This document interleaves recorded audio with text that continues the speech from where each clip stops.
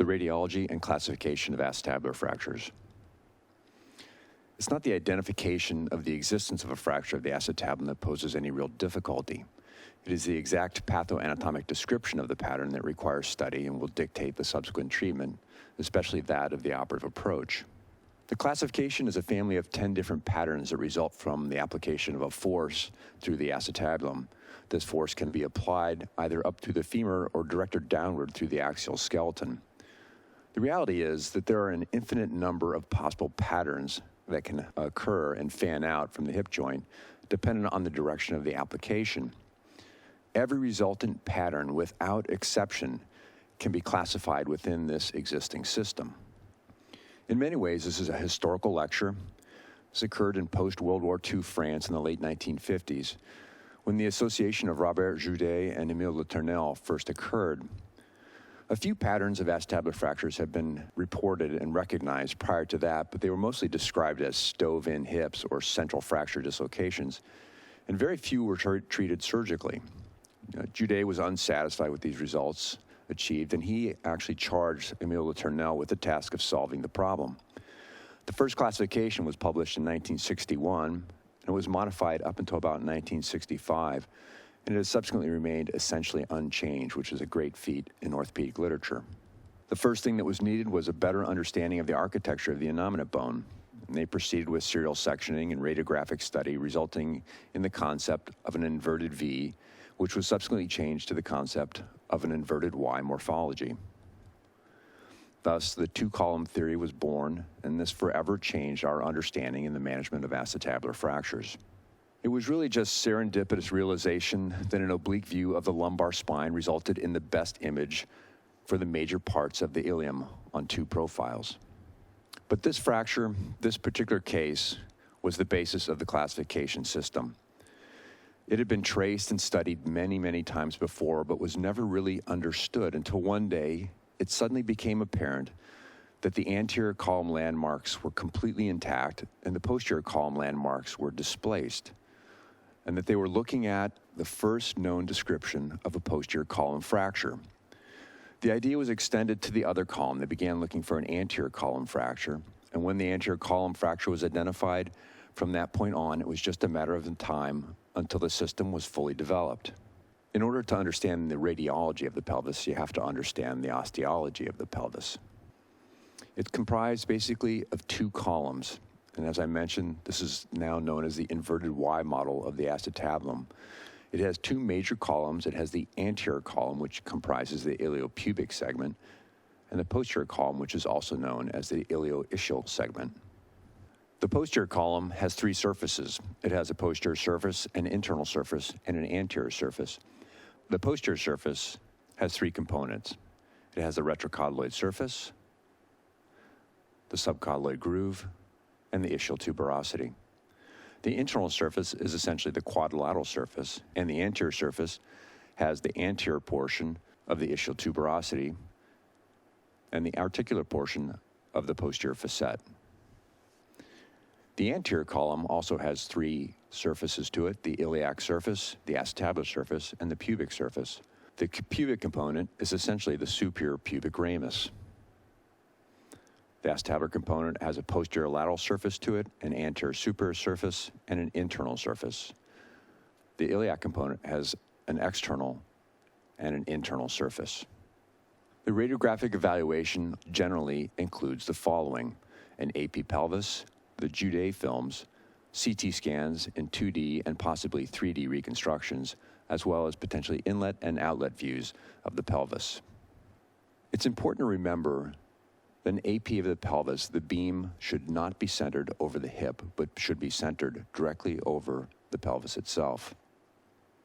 This is because the radiographic markers are different when the image is taken from the central location as opposed to directly focused over the hip. This is the general position of the pelvis when an AP pelvis is obtained. It is important to have the rotation of the pelvis correct, especially with respect to the tip of the coccyx relative to the symphysis pubis. This distance is generally 20 to 30 millimeters, depending on whether it's male or female. The AP radiograph of the pelvis generally gives us 6 radiographic lines. It gives us an anterior rim, a posterior rim, the iliopectineal line, the ilioischial line, the radiographic roof, and the radiographic teardrop. This is a fairly typical AP of the pelvis. The first line that you see here would be the iliopectineal line, and this represents the arcuate line or the pelvic brim. The next line that you would typically identify would be the ilioischial line that you see drawn in here. The next line would be the radiographic roof, which is the tangent of the X-ray to the condensation of bone on the superior aspect of the weight-bearing surface. The next line is the radiographic U or the teardrop. This line represents the anterior rim of the pelvis, also known as the acetabular obturator line. And finally, we can identify the posterior rim of the acetabulum. Again, on the AP pelvis, you can see here the iliopectineal line.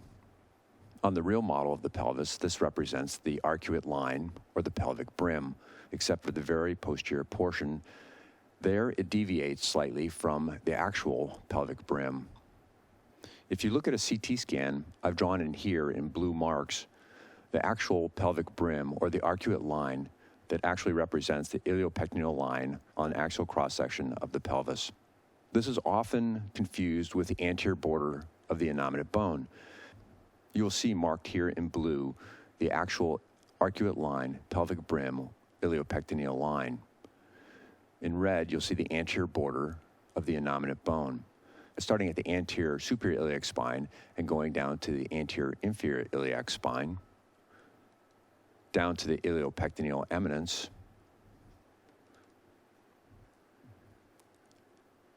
and ending in the pubic tubercle. The ilioischial line doesn't represent an actual anatomic structure, but a condensation of bone on the ilioischial surface to which the X-ray beam is tangential. You'll notice here in the bottom right-hand corner of your picture the surface of bone that has to be removed in order to remove the ilioischial line. It's a rather broad surface to which the X-ray beam is tangential, creating this line. Likewise, the teardrop does not represent an actual anatomic structure, but the tangent of the X-ray beam to two different surfaces, one the quadrilateral surface, and the second half being the base of the colloid fossa.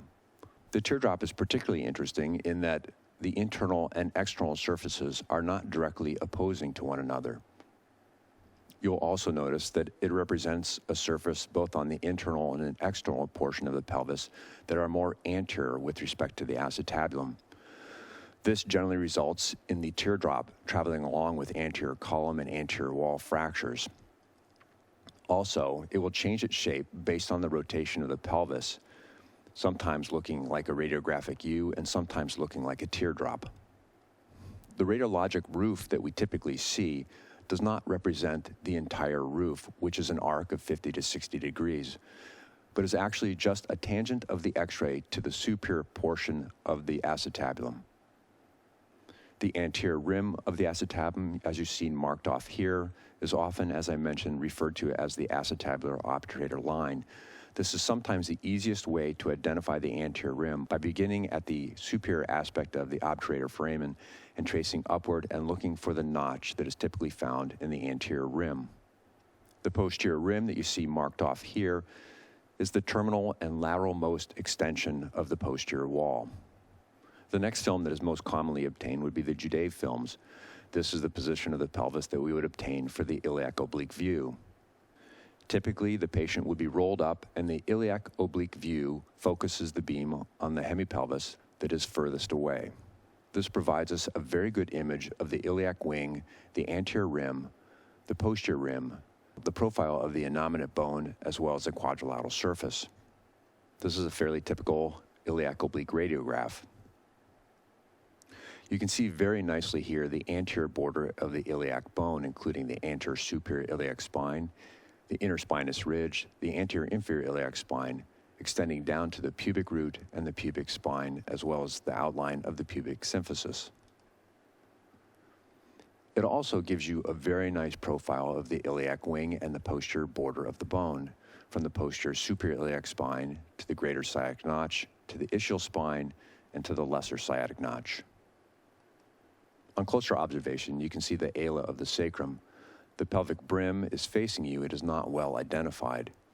The anterior and the posterior articular surfaces are overlapping at this point, but the anterior rim of the pelvis becomes more prominent. The cotyloid fossa can also be identified on profile. The posterior articular surface, again, is overlapping with the anterior articular surface. The next view that would typically be obtained would be the obturator oblique view. In this instance, the patient would be rotated up, and the hemipelvis that is closer to the emitter is of interest. This causes some magnification. These are the typical lines that we would see on the obturator oblique film. You can identify well the obturator foramen. The posterior rim is highlighted. The anterior rim becomes less prominent and less identifiable. The pelvic brim is typically easily identified, and you can see quite clearly the mid-anterior column. This is a fairly typical obturator oblique radiograph. The obturator oblique is very good at highlighting not only the anterior column, but also the posterior wall. We can see very nicely here the pelvic brim outlined. The posterior border or the posterior rim of the acetabulum is highlighted as it is rotated up, as is the posterior articular surface. The radiographic roof is once again identified, but the tangent will be different from the AP pelvis. If you look closely at the anterior column, you can start to identify nicely the gluteus medius tubercle as it is rotated up into the image. You can also get a good visualization of the internal iliac fossa and the retroacetabular surface. Close observation can help you identify the anterior superior iliac spine as well as the anterior inferior iliac spine and the external margin of the psoas gutter. It is also possible to identify quite clearly the sacroiliac joint as well as the ala of the sacrum. CT scans are routinely obtained, and they're very helpful for identifying not only impaction and incarcerated fragments within the acetabulum, but also multiple fragmentation and the displacement of the femoral head. More commonly, we are obtaining both volume rendered and 3D reconstructions of the pelvis on CT scan. These can be very helpful for preoperative planning.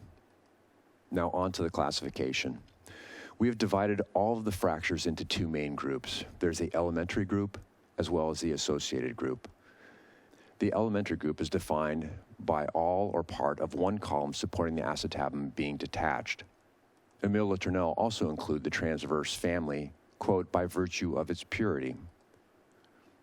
The associated patterns just mean a combination of at least two of the elementary forms. And this leaves us with 5 elementary and 5 associated patterns. In the elementary group, we have the anterior column, the anterior wall, the posterior column, posterior wall, and the transverse by virtue of its purity. In the associated patterns, we have the T-type, the transverse posterior wall, posterior column, posterior wall, anterior plus posterior hemitransverse, and the both column. In a perfectly symmetric world, there should be actually more than 10 classifications. If you think about the classification scheme, you realize that for every posterior element, there should be an anterior element. So if there's a posterior wall, there should be an anterior wall. If there's a posterior column, there should be an anterior column.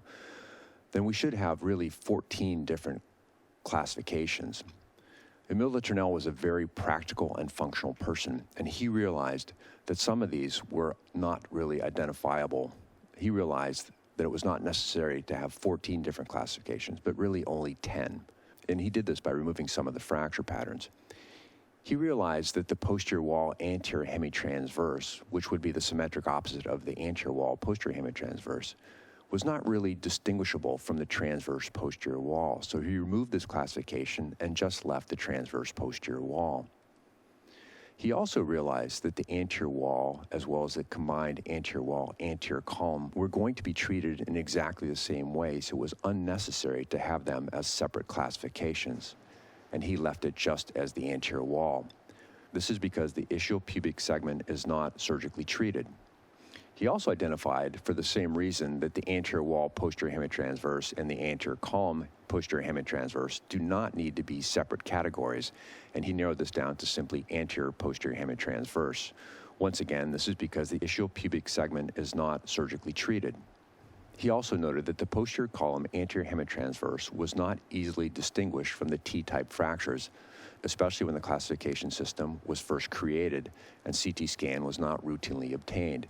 He therefore eliminated the posterior column anterior hemitransverse and just kept the T-type fractures.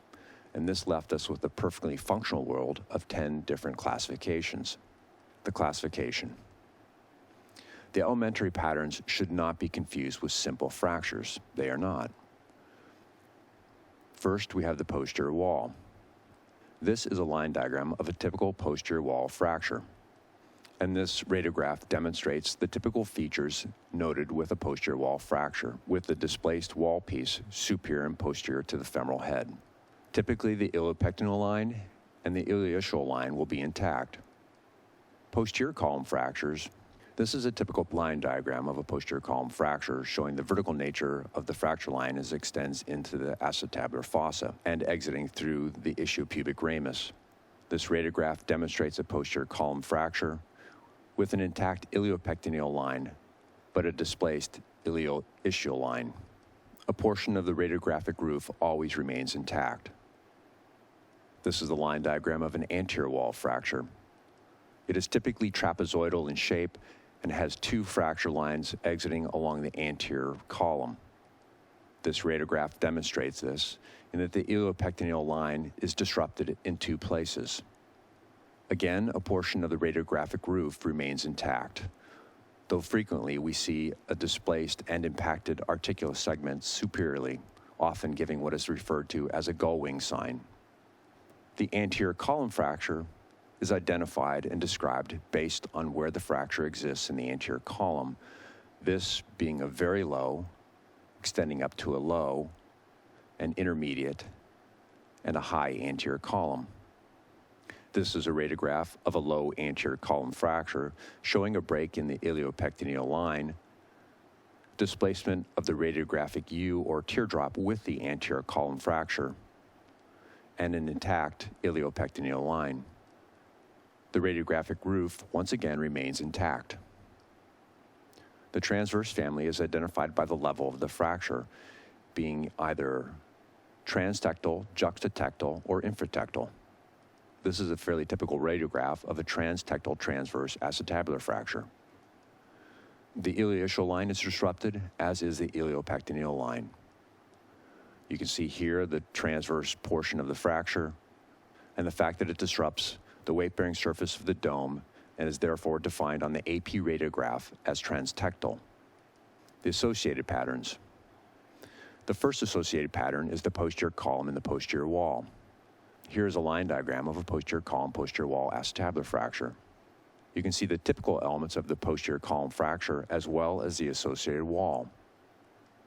This is a fairly typical radiograph demonstrating a disruption of the ilioischial line, the transverse element, the extension of this fracture through the posterior column, and a break in the ischiopubic segment. The iliopectineal line is once again intact. You can see a portion of the radiographic roof still remaining intact, but additionally you see the posterior wall portion displaced posteriorly and superiorly. The transverse and posterior wall fracture is identified here on line diagram, showing both the transverse element as well as the posterior wall element. This is a fairly typical radiograph identifying a disruption in the iliopectineal line, a disruption of the ilioischial line, a portion of the radiographic roof remaining intact, and the displaced posterior wall. T-shaped fractures. The T-shaped fracture is identified here. You can see both the transverse element to this fracture, described also in similar fashion to the way the rest of the transverse family is, as well as the vertical element, which has a different description. The vertical element in its typical form will break through the ischiopubic segment centrally. There are variations to this pattern. This is a typical radiograph of a T-type acetabular fracture. It shows a disruption of the iliopectineal line, as well as a disruption of the ilioischial line. You can see the fracture line identified here, and a break in the ischiopubic segment. You can also identify scissoring of the anterior and posterior columns relative to one another. A portion of the radiographic roof remains intact. The anterior column or wall plus the posterior hemitransverse category is identified here. Once again, the anterior column portion is identified by where it breaks out through the anterior column, either being low, very low, intermediate, or high. It also has a break in the ischiopubic segment, separating it from the posterior column. This is a typical radiograph of an anterior column plus posterior hemitransverse, showing a low anterior column fracture with a break in the iliopectineal line, the radiographic U traveling along with the anterior column fracture, and a posterior hemitransverse element. You can also see discontinuity of the ilioischial line. A portion of the radiographic roof remains intact. You can also see an impaction and displacement of the superior articular surface. The both column fracture is identified here. Again, the anterior column is identified by where it breaks through, being very low, low, intermediate, or high. What separates this classification from all others is that no portion of the articular surface remains attached to the intact iliac segment. On the radiograph, you can see a break in the iliopectineal line, the transverse portion of the fracture, a break in the ischiopubic segment, the radiographic roof being displaced, and what is typically identified and referred to as the spur sign, which is the intact portion of the innominate bone. The details of the individual fracture types will be covered separately at the course.